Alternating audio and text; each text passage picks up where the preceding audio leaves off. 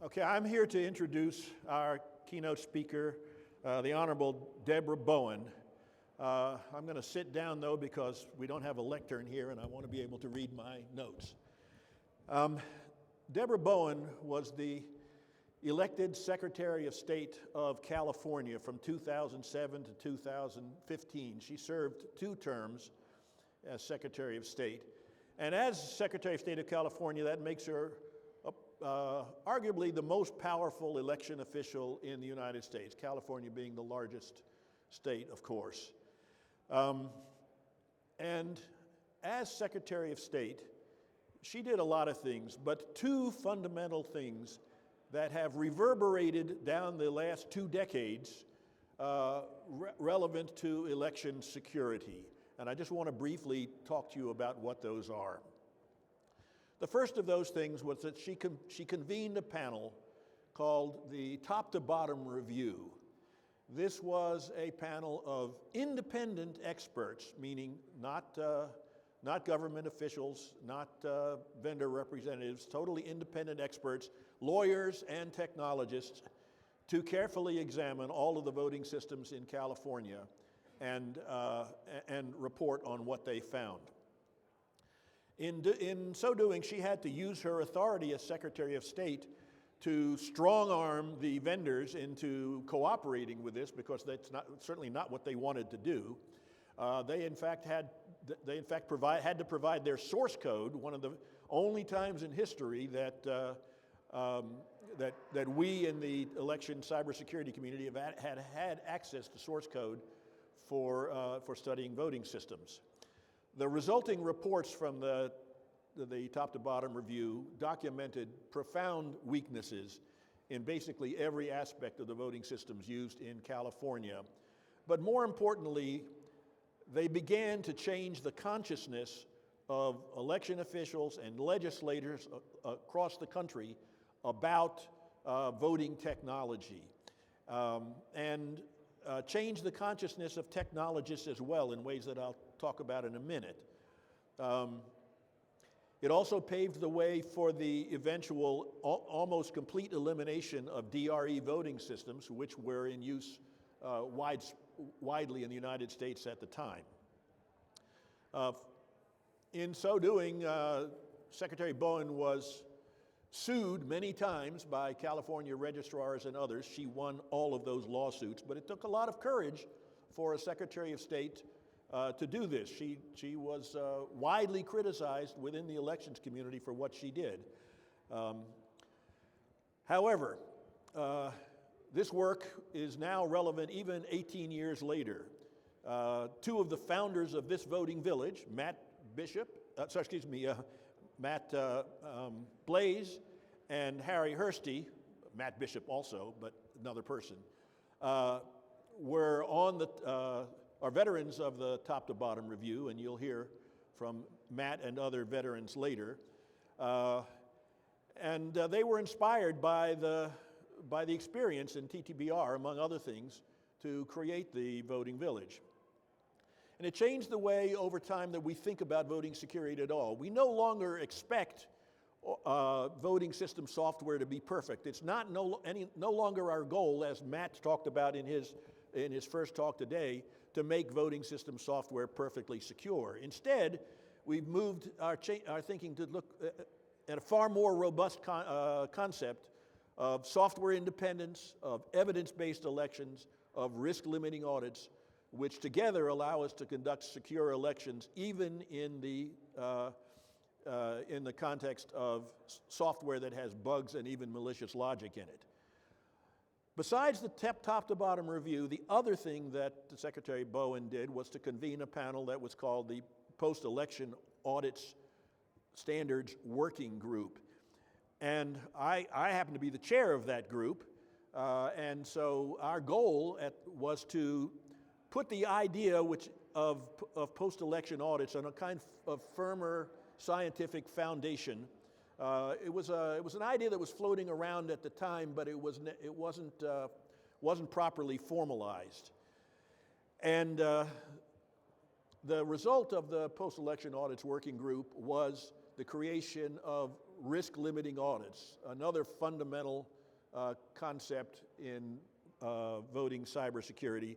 And you will hear much more about risk-limiting audits from the man behind that work, Professor Philip Stark, about 2 hours from now. For her fundamental contributions to election integrity and cybersecurity, Debra Bowen was awarded the Profile in Courage Award by the John F. Kennedy Presidential Library and Museum, and we are grateful and lucky to have her today to tell us about this. Secretary Bowen.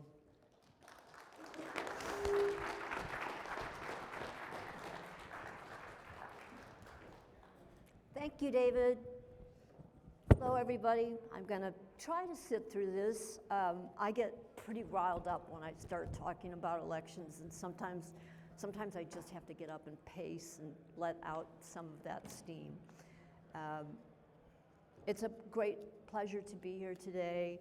I haven't thought a whole lot about the work that I did in the past 5 years, although I've been active on the inside trying to help people who are challenging voting systems or conditions or are wondering, is that legal? Can they do that? The answer is usually no, but who's going to enforce it, which is a problem that we have in general with elections. But I thought I would talk a little bit today about the top to bottom review, which David referenced, and the post-election audit working group.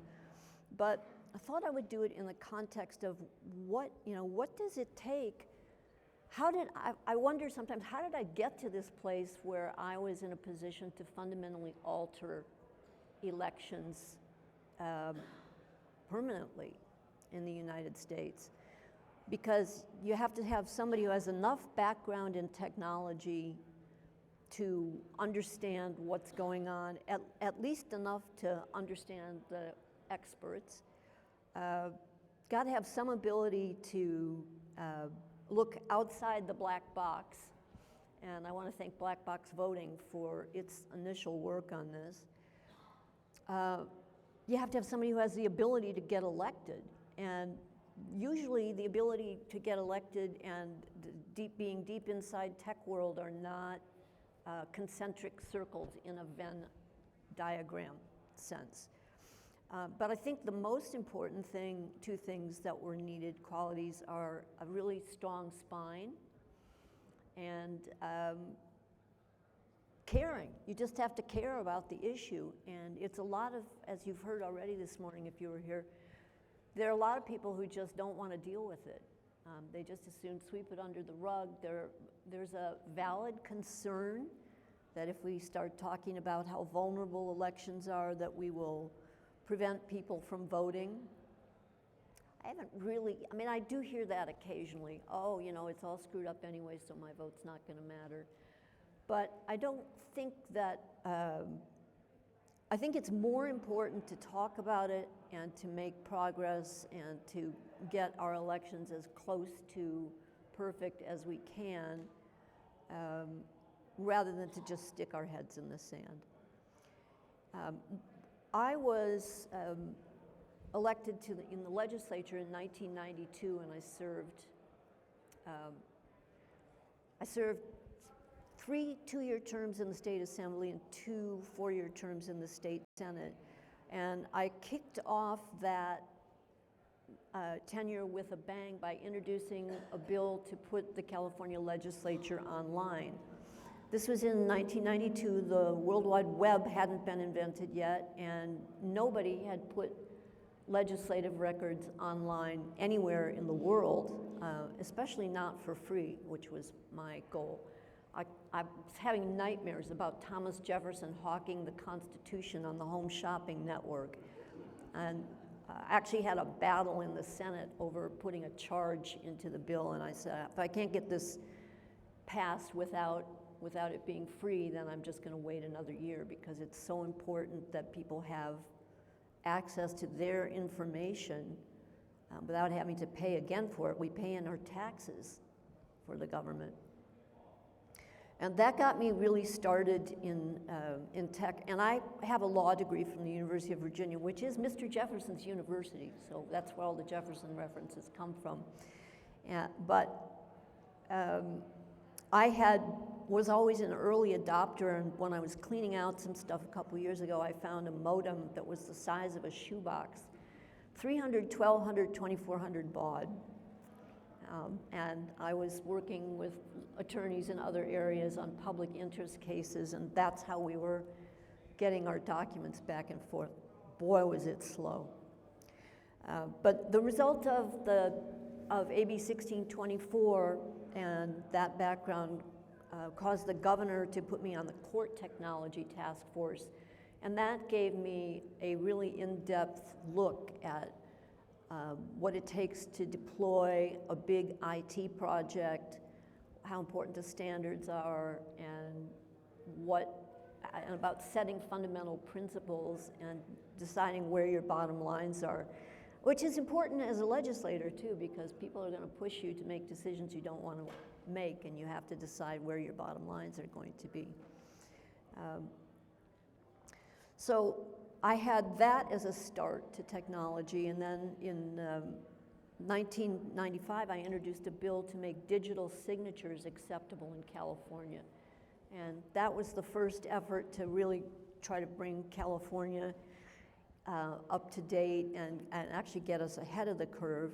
And I followed that a few years later by a Senate bill, having been elected to the Senate, to prohibit anyone from using a social security number as a public identifier. I once had a checking account where my social security number was my checking account number, if you can imagine it. It was my student ID number at Michigan State, where my student job was working in student elections. Some just great ironies, which were conducted on a punch card setup.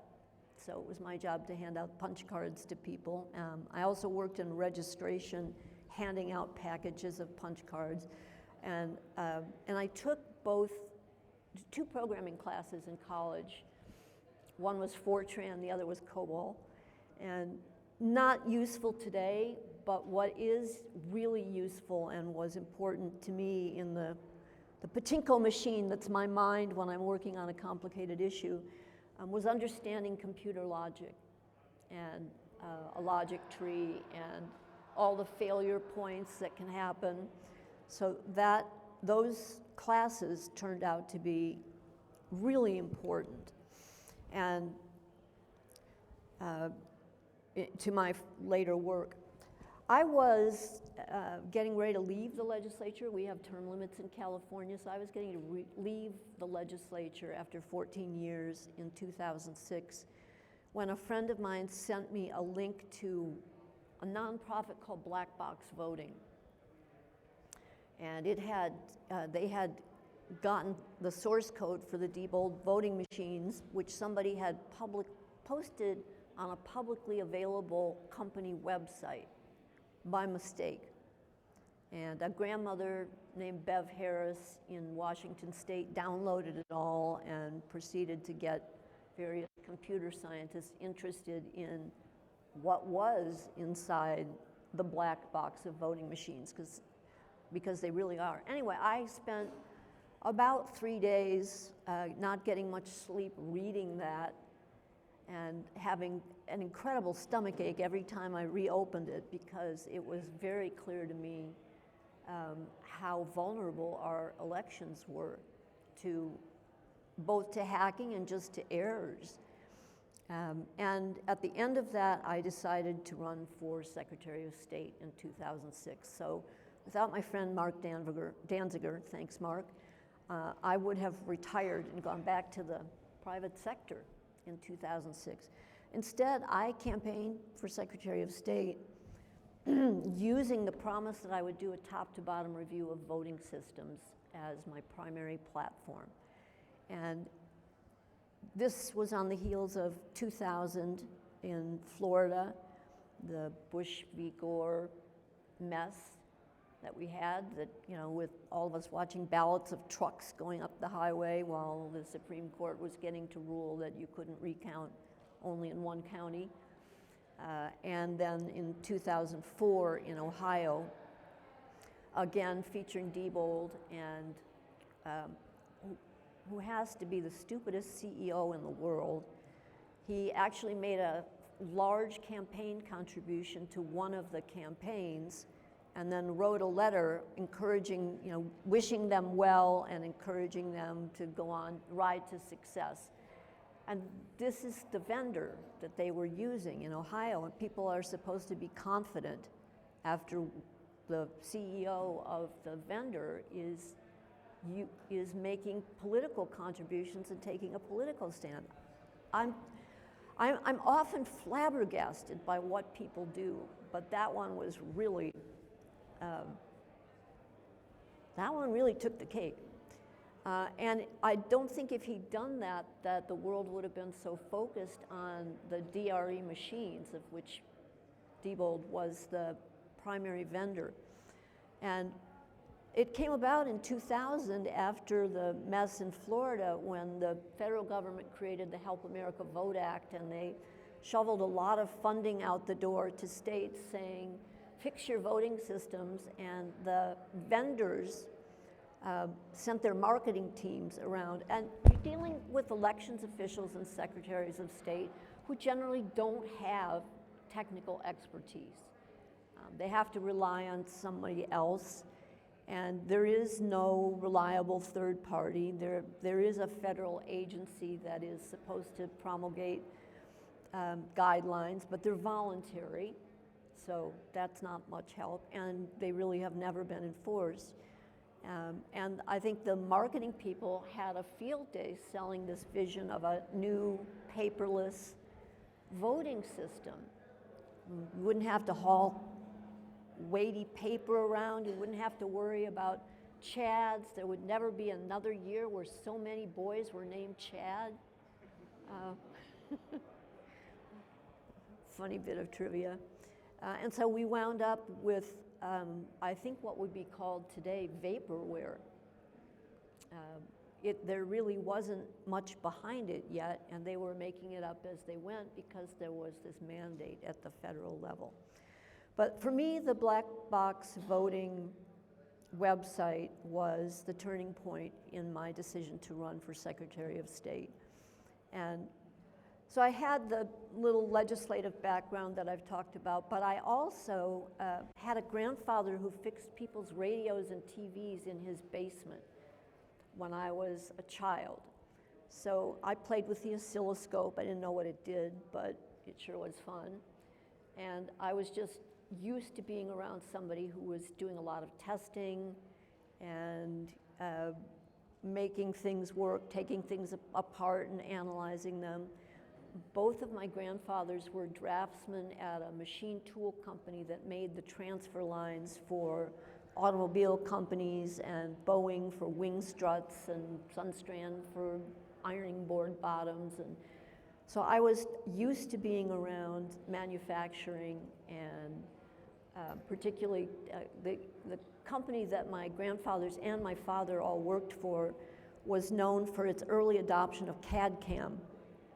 So I remember being in the office watching how they were using this new automated software tool to create drawings of assembly lines for car companies around the world.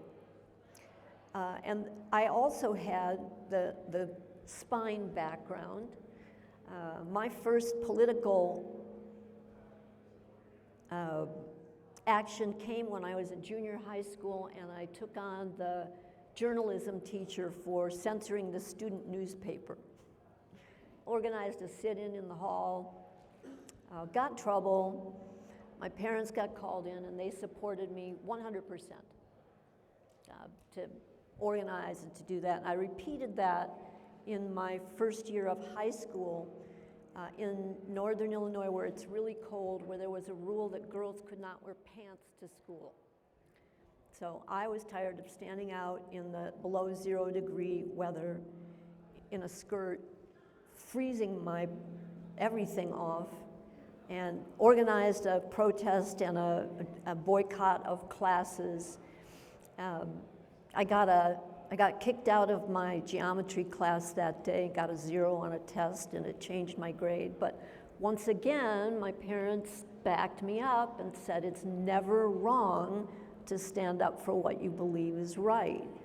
And I think it's those kinds of things that led me to the legislature in a way where I'd never been in public office before. I was simply too naive to know that you couldn't just run for a seat in the legislature and win. And so, since I didn't know I couldn't, I did. And in a surprise victory that was a landslide. And a lot of the things that people describe as courageous just seem to me to be common sense. For example, using outside experts. I promised to do a top-to-bottom review of voting systems. I knew that I wasn't going to sit down and analyze source code or understand documentation and read it. I knew that the industry standard was red team testing, where you basically gave somebody an open-ended invitation to hack into a system. So I made the decision to adopt that as one of the standards we would use. I first published a series, a draft of criteria that we would use for the top-to-bottom review. And it turned out that my idea wasn't really very useful, and so we got a lot of feedback and went a different direction. We were under a severe time limitation because under California law, any changes to voting machine certification have to be done at least 6 months before an election, which makes sense. Counties have to have time to purchase hardware and software and to train and to roll it out. But it meant that if I was going to affect the 2008 election, I really had a gun to my head.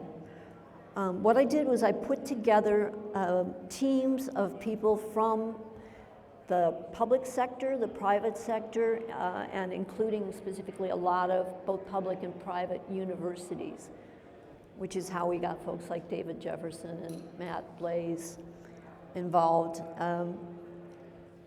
We set up a system, a testing system in the Secretary of State's office that was like setting up a clean room in a manufacturing facility. Nobody, including me, could get in or out of it without signing in and out, double signing in. We did everything from checking that you couldn't get into the room we were using by lifting one of the panels at night. So we first secured the physical location.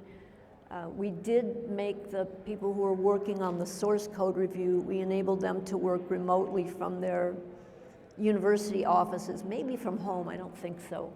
No, from university offices. We've all gotten to know what a secure enforcement facility is, a SNF or a SPEC now, and we basically did that with all the people who were working on the review who were not on site in Sacramento. So I knew that I was going to be sued because we had about $450 million had been spent on touchscreen voting equipment in California alone. And other counties were using another vendor's touchscreen equipment. And counties that had invested that money were not happy at the prospect of having to go out and replace all of that equipment, particularly on a relatively short notice. And the result of that was I had a lot of legislators who were also not happy because their county supervisors called them and said, you got this troublemaker in the Secretary of State's office, we got this fabulous new system that's paperless, and it's just the best, it's reliable, it's all the good stuff that we want. And I said, we're doing the review to determine that. I haven't predetermined anything. I'm going to judge what I do solely based on the results of the top to bottom review that I got. And a few little experiments that I did myself, like I went on eBay and bought 3 of the programming cards that were used to program a Diebold voting machine. Because the vendor had made the pitch to me that we really secure all of this stuff. Nobody can have access to it who's not certified or appropriate or part of the county in question. And for $29.95, I got myself 3 genuine Diebold programming cards. So I knew that there were going to be issues with the touchscreen systems. I think everybody who'd been involved knew that. It makes sense that if you ask a computer to give you the total of something that it's already tallied, it's going to just spit out the same result. You have to have an independent mechanism for auditing it. And so the top to bottom review really highlighted the need to have that kind of an independent audit, and it's what led me to convene the working group that David Jefferson chaired that took the lead in post-election audits, and then with Philip Stark's guidance, turned that into a robust and systematic way of knowing which ballots to look at in order to keep eliminating possible risks until you got to 0.00000 somewhere way down there, 9, and could statistically say that the election results were accurate. And that's led in the last 18 years to a complete industry. That's the gold standard for election audits. You know, looking back, I want to read you one thing. It is the statutory charge I had, and most counties or states, whoever the election jurisdiction is, and it's different from state to state. In Utah, it's the lieutenant governor. In New York, it's the Board of Elections. In most states, it's a Secretary of State who can either be elected or appointed. I think Florida tried to fix its problems from 2004 by making, or 2000, by making its Secretary of State appointed instead of elected. I didn't really see how that was going to help, but you see a lot of solutions that are in search of a problem, you know, something that people can do and point to and say, see, we did that. Here's what it says. It says, the Secretary of State shall review voting systems periodically to determine if they are defective, obsolete, or otherwise unacceptable. So I had a very broad mandate. The Secretary of State has the right to withdraw his or her approval previously granted under this chapter of any voting system or part of a voting system should it be defective or prove unacceptable after such review. 6 months' notice should be given before withdrawing approval unless the Secretary of State, for good cause shown, makes a determination that a shorter notice period is necessary. But any withdrawal is not effective as to any election conducted within 6 months of the withdrawal. And that's that transition period that the counties really do need. So as the result of the top to bottom review, I took a number of actions, and the Secretary of State's office actually has a great review, 7-page review of this and a list of frequently asked questions on its website. And if you type top to bottom review into a search engine, you will get right to the 7 pages that summarize all of this. But we had done a document review, a source code review, the red team penetration that I talked about, and then we did one more thing, which was an accessibility review, because we had a mandate to make voting accessible to voters with disabilities, and that had mostly been done by using a touchscreen voting machine. So even counties that weren't using the Diebold or ES&S DREs often had one touchscreen per precinct to be used for disabled voting. It didn't get much work out. because it turns out that most disabled voters would prefer to vote at home and vote by mail.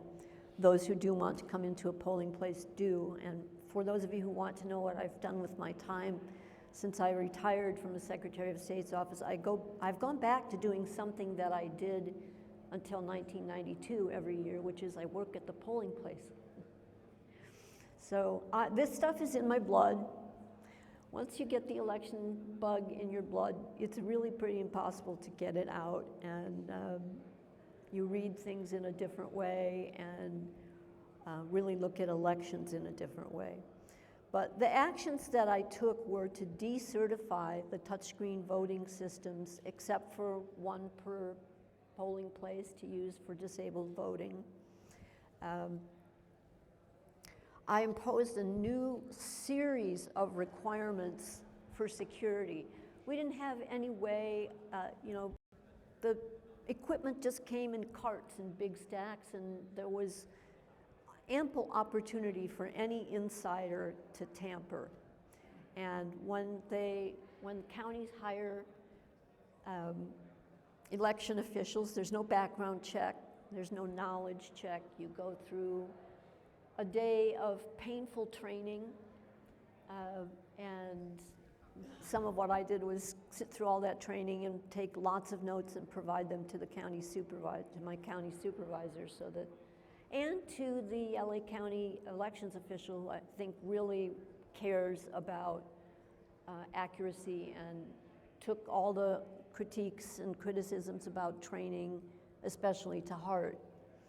So a lot of new security codes. We used bankers' tags to keep equipment locked away from potential tamperers for the entire time it was stored, because, we use this stuff generally 2 times every 2 years, although with the rate of special elections in California, some counties use it far more often. And we keep the old ballots for 22 months, which, if you're having trouble remembering it, it's the gestation period of an elephant. And at 22 months, we've deemed that any challenges that would require going back to the paper ballot are stale by that time. And besides, then the counties need the space to store the ballots that are being created for the next year. If they still create ballots, we have a lot of ballot on demand jurisdictions now where the correct ballot is printed out. And I've worked the polls under that system, and I live in an area that is in the city of Los Angeles, but has a county of Los Angeles zip code, and the number of people who live in the county coming in wanting to vote for mayor in the city, not understanding that they don't live in the city, makes lots of questions about that. But the training of the poll workers is really important. And we've, I think, improved that greatly. The red team testing, the penetration testing, was where we really got a lot of shocking results. And some of it was just really simple stuff, like one of the voting system vendors used a clamshell case for their voting equipment. So it had a lock in the front, but it just had screws that required a Phillips head screwdriver. So if you had a Phillips head screwdriver, you could remove the case by using the lock as the hinge and opening it in the other direction. And you then had access to a voting machine, and under some of the systems you could potentially upload a virus using the aforementioned voting cards, secure voting cards that I bought on eBay for $29.99. And that virus would be uploaded as the results from that machine were uploaded back into the county and would be spread the next time the machines got ready to be used in an election. So that was just a physical security problem, but we looked at that. The red team, I think, had a real challenge and a good time coming up with creative ways to get into our various kinds of voting systems. And I tried as hard as I could to shut down the various ways that you could get into voting systems by tracking each machine number, having a login for who opened it and then who closed it at the end of the night. That kind of stuff that people view as just paperwork, but it is that paperwork that makes us know that we haven't lost a voting machine somewhere, which has happened. You know, poll workers pick up machines at the Central Elections Office in many counties and take them in their car, and we did have one vendor's a machine go missing in one county. It's still out there somewhere. So somebody has it, and it was equipment that we were still using. So it presents the same kind of problem that you heard about in Coffee County, Georgia. You've got the software and the hardware image out there someplace, and you have no idea who might use it, and it really is the insiders who are the scariest. Organizing a conspiracy to hack an election turns out to be really difficult to do because you have to have so many people involved every single ballot, unless you have wholesale access to the tabulator. And we focused on the tabulators and included those in the voting system because that's a place where you can override the other safeguards. So there are really basic things that I drew from the banking industry that require double signatures on things, a track of where equipment is going and where it's being stored. So there were a lot of security environments and a lot of security requirements, a lot of new bankers' bags to keep equipment secure between elections because they just sit in a warehouse where there had to be physical security then in the warehouse where the equipment was stored. And so the list of the top to bottom review report was 771 pages. So I had to summarize all of it because it took me every single brain cell that I had to work my way through that and to turn the expertise of the people we relied on into something that a regular person without any kind of background in computer programming or security could understand. So those were the main changes that we made. And then we made some changes going forward on how we would handle accessibility so that we could provide accessibility to our voters who wanted to vote in a polling place without having to rely on a touchscreen machine. It isn't, you know, our systems, I think, are always going to be hackable. And so we have to have the kinds of safeguards that are used in the banking industry, in the finances industry, and we have to treat it as the keys to the kingdom. It's the keys to our democracy that are at stake when we're talking about the equipment and the voting tabulators, the polling place equipment, the tabulators and all of that. They really are the key to our elections, and unless we can be sure through the use of post-election audits that we got it right, then we really are just in a failure situation, and it hasn't happened very often, but it does happen. I don't think it won't happen it does remind me of Jurassic Park. You know, we're no longer fighting the last battle, but we're trying to anticipate what the next set of problems might look like. And here we are in a building with 20 to 30,000 people who would love to, many of whom would love to be the person who hacks into the next voting system. But many of the people who worked on my review have gone on to stay involved in the system. The state, Washington, D.C. briefly tried an internet voting test And the students from the University of Michigan who worked on the top to bottom review helped demonstrate that it wasn't secure by programming it to play the Michigan fight song instead of playing I voted. And that was the Kilroy was here of voting equipment at that time. And I got a big charge out of it, even though I went to Michigan State and they were from Michigan.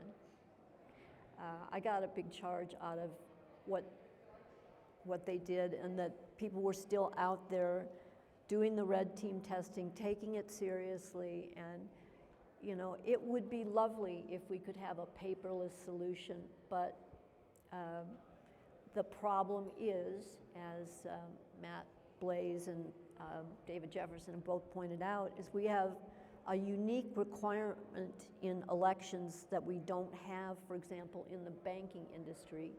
We require anonymity of the ballot. In banking, we use ATMs because we know two things. One, if there's an error, you can fix it with money. In elections, if there's an error, you can't fix it with money. It's not fixable. There is no dry cleaning do-over tag for elections. You have to get it right on the first try. I lost my train of thought. There's something else. Don't remember what it was. This happens as you turn 70, I'm told. So the result of all of the requirements that I imposed was that I did indeed get sued by, I don't know how many counties, 40-some counties in California. But I do have a law degree. I specialized in tax law, which has, you know, it's another really rule-based discipline that is good training for somebody who wants to work in elections. You just need something that causes your brain to think in a rigorous and systematic way. And I personally drafted a lot of the orders and reviewed all of them. And we had this 6-month deadline. So we were up until, I think we had a press release at around 10:30 the night that we released it, which was exactly 6 months before the next election. We really did have a hammer at our heads to get it done. But my goal, and I said to the Secretary of State's legal team, we're going to get sued. The goal is to win every lawsuit at the earliest possible opportunity. And we knew we had the language that I read you about how broad my responsibility was as Secretary of State. And the lawsuits were all tossed on the first go-round. And we had spent a fair amount of money doing the top to bottom review, which, anticipating a question, was funded about half through Help America Vote Act funds that had, in California, been specifically set aside to do a source code review of California voting systems. So that money was around $760 million, I think, was earmarked and available. And the other half was funded by the vendors, who, if you heard the language I read, requires the vendors to fund the testing for their own system. It's the way that things work in most industries with a government approval. Whoever it is that's seeking the approval pays for the cost of the testing. It's true in the oil industry, it's true in the banking industry, and it's also true in California in the elections industry. So I've been increasingly frustrated by term limits in the last few years because we really need a Secretary of State who will come in and do top to bottom review part 2. It's been 18 years. I don't know any kind of work that is good for 18 years without a sufficient review. We're on another iteration of vending, of voting equipment at this point, and it's hard to get that combination of somebody who wants to run for elected office to fix voting. And I will tell you that some of my colleagues really made fun of me. They said, "You're going to get reelected by arguing that you kept elections from being stolen?" Nobody cares. And I said, I think you're wrong. I think people really do care. And we've certainly seen that in the last few years. I was strictly nonpartisan. I made the decision when I took office not to endorse other candidates and not to fundraise for other candidates. So that effectively put an end to my political career going forward, because the way it works is you scratch each other's backs, and I had excused myself voluntarily from the back scratching business because I felt that it was so important if there was a question about a California election that I hadn't made a contribution to somebody who had a partisan point of view. People ask me, do I think that we should make the Secretary of State's office nonpartisan? No, I think it's better to have it partisan. That way you can know that I'm a Democrat and you can look at my work and my decisions and see if you think that anything I've done has been biased. The other way around, it's still known to all the insiders. You know, the insiders all know what political party someone is, but regular voters don't. So I'd rather give voters more information and then hold myself open to the transparency tests that I think should be the hallmark of government. And which, again, I was the first legislator to ever put their political contributions up online voluntarily. I don't remember the year I did that, but you know, I was just trying to push the envelope wherever I could. I believe in democracy. I think it's the best system of government that we can imagine. Thomas Jefferson, despite the lead foot, is one of my heroes. I think, and to me it's notable that he wanted on his tombstone that he was the author of the Virginia Statute for Religious Liberty and the founder of the University of Virginia. Nothing about being president or Secretary of State. What was important to him was the First Amendment, religious freedom, and the founding of the first publicly accessible university in the country, which the University of Virginia was and still is, and I considered it a huge privilege to be admitted to study there as an out-of-state student, this oddball from Michigan State.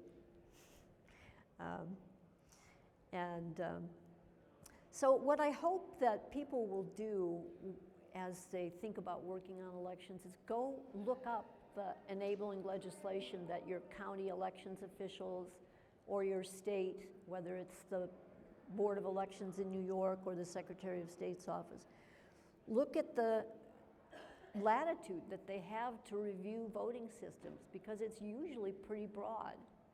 And if you can get usually a very small number of people can actually have an effect on your elected and appointed officials. We figure that we don't hear from very many people, but for every letter that we get, there's probably 10,000 people who share that point of view but didn't take the time to write or say anything about it. So it's really important that elections officials hear what our concerns as citizens are. And my title these days is citizen. That's it, I'm just a citizen. Something that I value and am worried about in equal measure right now. So I am going to leave the rest of the time for questions if you have them. Some of them I probably won't be able to answer because I'm too inside and I don't see my own work in perspective, but I'd be happy to entertain questions.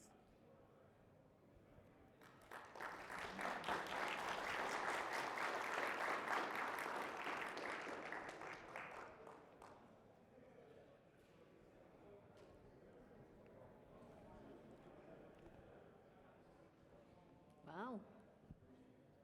Okay. Yeah, good. Wait till he brings the, yeah. I don't know what time it is. Thank you. Yeah. So congratulations on the top to bottom review. It was really impactful, but one wonders how, as you conjecture, how it will continue. Yeah. Who's going to pick it up next? Is California going to be the one to pick it up next? I couldn't tell you. If I find a candidate who wants to take it on, I will dive back So it into. depends on the candidate, yeah. Yeah. Yeah. I'm always looking for candidates. I have met with several candidates and discouraged them from running because it was clear they wanted to use the office as a stepping stone to yet another office, which is the traditional use of the Secretary of State's office, apparently. No names shall be named. I mean, I think that's true across the country. It's, gets relatively little attention, and most of what you do is business records and keeping track of what the legislature is doing. You have to be able to be awakened at 3 in the morning when Governor Schwarzenegger wants something signed right now. But I don't know. We all need to find someone. First of all, as a fellow Californian, thank you for caring about security of the election machines. I think, frankly, a lot more than the current and past Secretary of State in California. But my question is, what was the effect of because you mentioned the 2004 election and the whole issue with Diebold machines in Ohio, where the president of Diebold had donated to one presidential campaign, and there was a lot of talk about that at the time, and issues with the machines themselves, and then I believe Barbara Boxer even cast a protest vote against certification of the election. How did that whole issue affect your thinking? I think that happened after I did the top to bottom review. What year was that? Anybody know what year that was? Can't remember. 2004, so it was before. Well, I think for me, all of this, until Mark Danziger sent me the black box voting website, I'd never served on the elections committee in the legislature. It was mostly served on by partisans who were trying to find partisan advantage for their side, and I'm not a very partisan person at heart. My belief in democracy and the importance of democracy trumps all of that. But until I read the black box voting stuff, I really wasn't aware of how severe the risk was. So I would have looked at that and just said, well, I'm glad she raised the objection. I'm glad Barbara Lee raised an objection to the Gulf War back when she was the only no vote. It's important, and I know that there's some people get very upset when votes aren't unanimous. I think it's really important to register your vote if you're the only person who disagrees. That's a spine thing. So, my spine is the most important thing after my brain that I bring to my work. Yeah. As has been reported here earlier today, there is another conference led by the MAGA group that's also focused on election security. Yeah. And given that you were so instrumental nationally in structuring the conversation that led to so much positive reform, I would really love to hear you sort of think out loud about how we could move from having two separate groups thinking about these problems with accusations about one another and nationally as well, to some point where we could be forging a better path forward. Boy, if I had the answer to that, I would have exactly the same amount of money I have now, because but it's a really hard problem because we are in such a charged environment. There actually was such a thing as bipartisanship when I came into the legislature in 1992. And I worked with people in Congress now who are hard right, and who I think the principles, I've worked with them on public access legislation and on voting stuff, and I don't know how we get past the psychological barriers and the distrust of each other. I don't think that's a question for a politician, because politicians exploit that. And until we have a system where it doesn't work that way, I don't know. I do think that it's useful to look at places where the different voting systems are used so that you don't encourage the most extreme person to win the primary. Okay. Let's thank Secretary Bowen.